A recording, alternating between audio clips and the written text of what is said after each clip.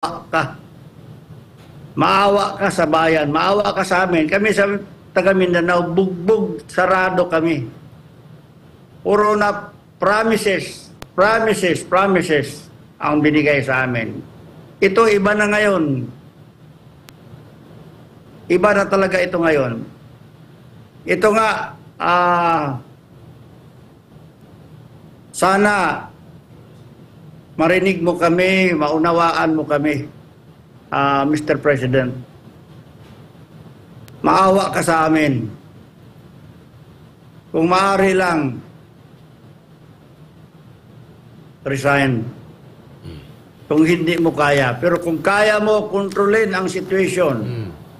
Kasi ang akala namin sa iyo, mabait ka at the start.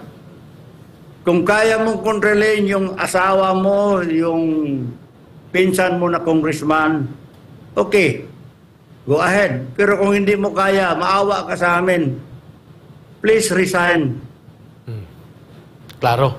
Now you heard Thank you. kung paano sinabi ni Asis Monk Olamit, state chairman and one of the political officers, state chairman sa Davao in Southern Mindanao, at the same time one of the political officers ng Moro National Liberation Front. Ang sinabi niya malinaw, ang taong bayan pa rin na maghuhusga nito.